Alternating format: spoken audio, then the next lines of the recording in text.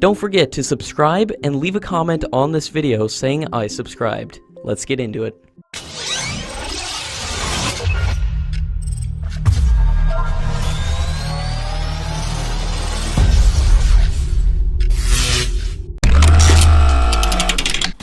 The U.S. Secretary of State Mike Pompeo and Secretary of Defense Jim Mattis has arrived in New Delhi to attend the 2+2 dialogue between India and the United States.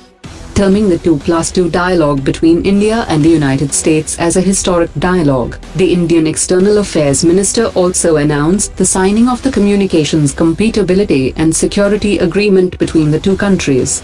The agreement will facilitate India to obtain critical defense technologies from the US and access critical communication network to ensure interoperability among the US and the Indian Armed Forces.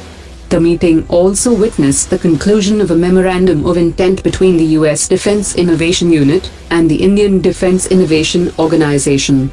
US Secretary of State Mike Pompeo has said that no decision has been made on the S-400 system.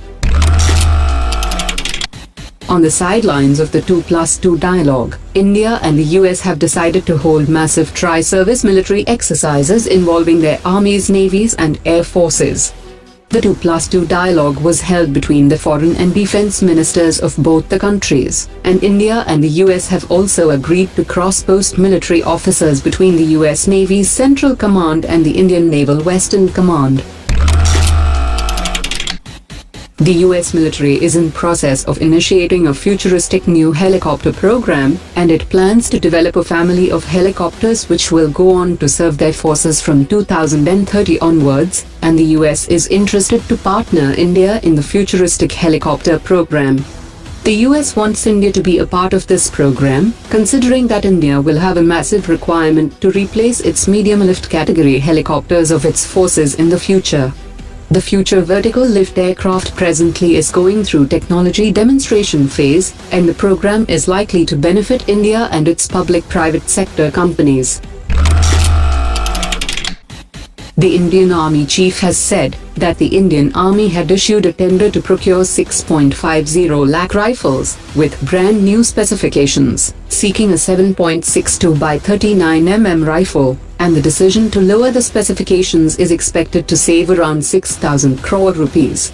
He also informed that the procurement process for the fast-track procurement of 72,400 rifles from foreign sources is ongoing, and a team of experts has checked out the new rifles and is now compiling its report. The Deputy Chief of Air Staff has said that the people claiming the wrong price of Ri-fle aircraft are misinformed and probably not aware of the facts that are known to the Indian Air Force. Indian Air Force was the part of the negotiations with the French government, and the facts are with the Air Force, and the claims does not match with the facts at all. When asked about the price of the Ri-fle aircraft, he said that the total cost of acquisition consists of two elements. One is the price of the aircraft that dictates the total cost, and second is the term of the payment.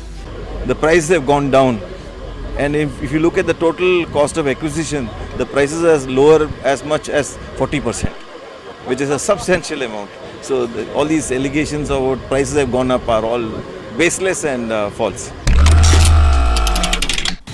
ISRO is working on building smaller launch vehicles that will carry satellites weighing 500 to 700 kilograms to up to 500 kilometers from the Earth's surface.